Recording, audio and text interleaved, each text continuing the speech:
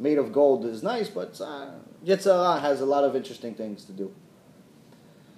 Convincing ways. So now, why do I mention idol worship?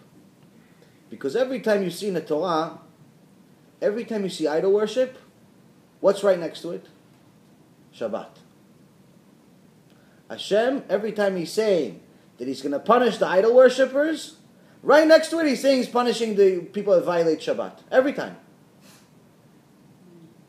He's saying that anyone that's violating idol worship is the same thing as someone's violating Shabbat. Same thing.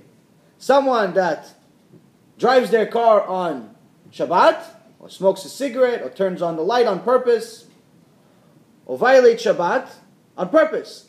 It's the same thing as the guy that's bowing to the statue every day and praying to him like it's Buddha. Same thing. In Hashem's eyes, it's the same thing. Why is the same thing? Because if we go back to some of the things we learned in last week's shiur, we said that Hashem, in Parashat Bereshit, He created the heaven and the earth, He created the stars, He gave you the exact number of stars. He gave you the sun, that if it's 1 degree closer to us would burn the earth. If it's 1 degree further to us, we're gonna all freeze to death. He created a solar system so perfect that the earth is the only thing that's out of line with the rest of the planets. He created a world where every day you can see a miracle. It's called rain. Rain. Nobody thinks rain is a miracle. No one thinks of rain. Okay, rain, natural rain. Rain falls. What's the big deal of rain? Do you know that rain, when it falls, no one thinks it's a miracle because they're used to it. But if they actually think about it, rain drops and no two drops ever touch. So all the way from the sky, tens of thousands of feet above us, there's a cloud that's holding all this water. And the water drops, and it's all by drops, little drops, individual drops. But no two drops ever touch each other. Ever. Until they get to the floor, they never touch each other.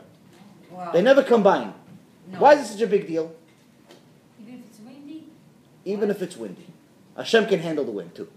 Oh my God. What's the big deal? What's the big deal if 2 water drops touch? What's the big deal? Lightning. It creates lightning or? No. Lightning is something completely different. Just the water. Just the water.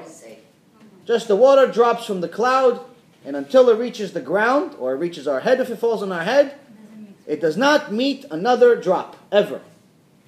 What is the big deal of that? That is, Really, I can't. this is all in the books. Now you can read it, you can see the same thing. To understand is so good. So here's the thing. What's the big deal of this? The big deal is that if 2 drops connected, then that means that 3 drops can connect. And if 3 drops connect, that means 4 drops can connect. And if 4 drops can connect, we create a puddle. And imagine if you were sitting there, taking your coffee, you're about to go to work, and a giant puddle of water drops from 30,000 feet on your head. Chas v'shalom, you're dead on the spot. There is big hell. Hail also kills. Yeah, they kill. Why are they so big? They can kill. Of course, they're meant to. If they're used for that, they're meant to. As a matter of fact, you remind me of a good story. One of the most important things we talked on Shabbat is it talks about Yirat Shamayim. The most important thing that someone has to have is Yirat Shamayim. Fear of God. More important than belief in God. How do we know? After Am Yisrael crossed the Sea of Reeds, Yam Suf, the Torah says, and Am Yisrael feared Hashem, and they believed in Him, and in His servant Moshe. So first it says they feared, and then they believed. Why? Because in order for us to believe in Him, we have to understand to some extent what He is. And if we understand what He is, then of course we're going to be scared. He's everything. Right? So now, how in the Torah,